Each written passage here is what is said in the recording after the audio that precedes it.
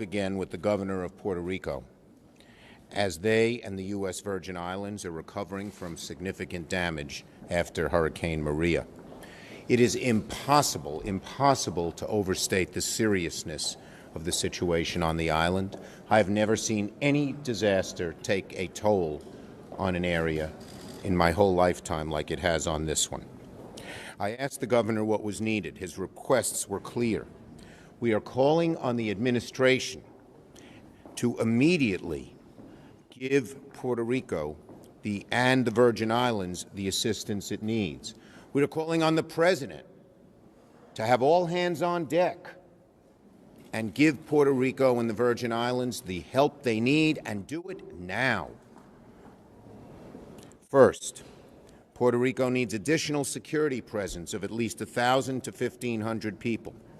They need U.S. military disaster and humanitarian assistance to help maintain order and man the food and fuel. Because the island is so disrupted, they don't even have the personnel when they have food to get it to the people who need it. And the people can't get there half the time.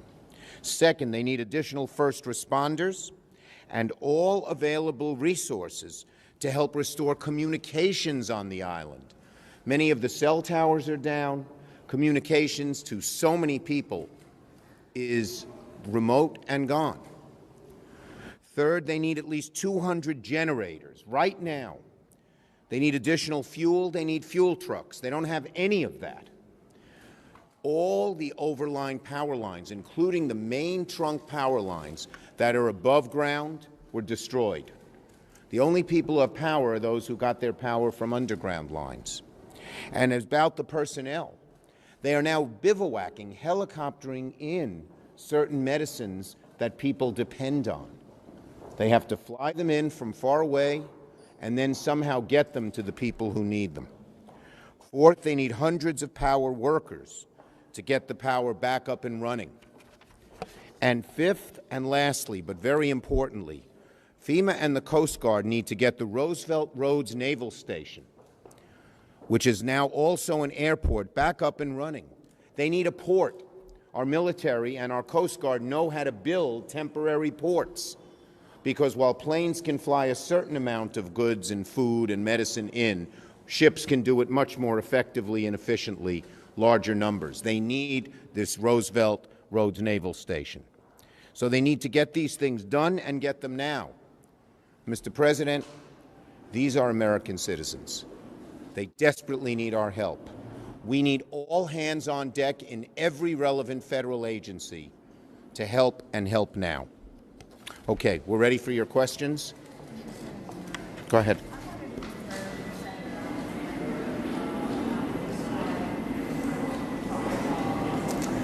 Well, they just walked out of their caucus and announced that they were not moving forward. I just walked out of mine, so I haven't had a chance to talk to him. I have been very clear and consistent. I'm ready to go. The minute they say he's okay to go. I saw Senator Alexander in the gym this morning, and I told him, yes, I told him we wanted to move forward, that Senator Murray is eager to move forward because she talked to me about this, and he seemed open to it. Senator Alexander last week said that the single hair plan, which was co-sponsored by 50 Democrats that was available, was counterproductive to the Murray-Alexander talks. Was that a tactical mistake, and do you support that plan? Here's the bottom line. There are lots of good plans out there.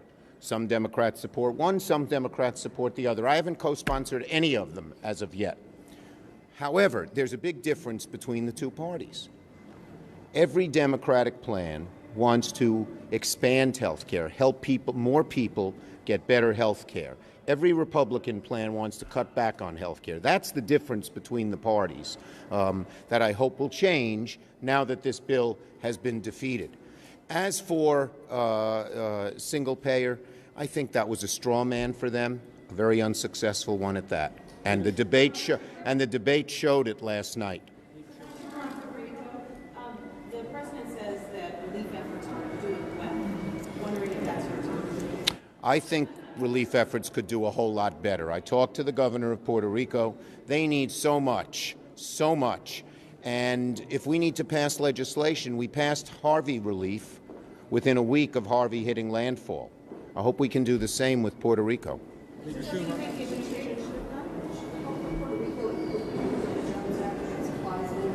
I haven't looked at that yet, so I couldn't answer it.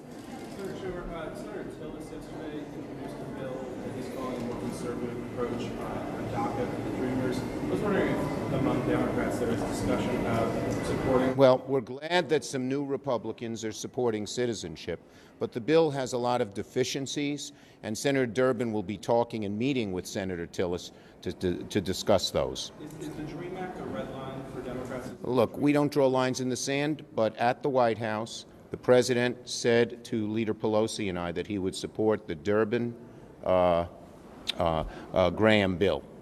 Leader Schumer, thank you. What about the idea when we have Lindsey Graham and McConnell here, and they say we'll come back to this after that?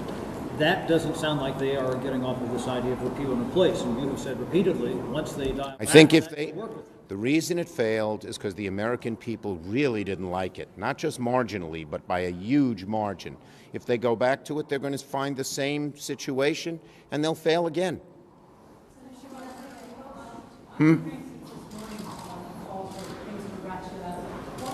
What are you talking about, Puerto Rico?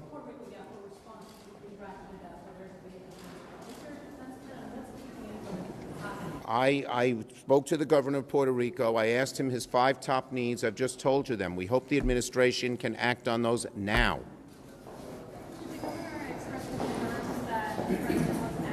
I didn't get in. I asked him for, he's very busy. I asked him for his needs. These are things that have not been done yet. So they need them, and they need them now. As to what the fingers of blame are that they haven't been done yet, I don't know enough to comment. I'm not blaming. I'm beseeching for quick action. I didn't think when the president said yesterday, I think, in his tweet, that everything's going fine is correct. As for who's to blame, I don't know, but it is not going fine. Absolutely not. Patty? If you go forward with Senator Alexander, we're turning into an election year this year. Is it getting progressively harder because of that? And groups are raising money off this issue right and left. Let me speak to what we are focused on, which is market stabilization. We had 4 hearings, Republican and Democratic governors, insurance commissioners from both sides, and every one of them told us that making sure that the president made the payments that he can right now without any legislative action is the single most important thing to do over the next several years to stabilize the marketplace, which will reduce the premiums for everyone. So that has to, if the president is not going to do it, Congress has to act. The president can do that on his own right now and bring stability like today to that. But without that, that's part of it.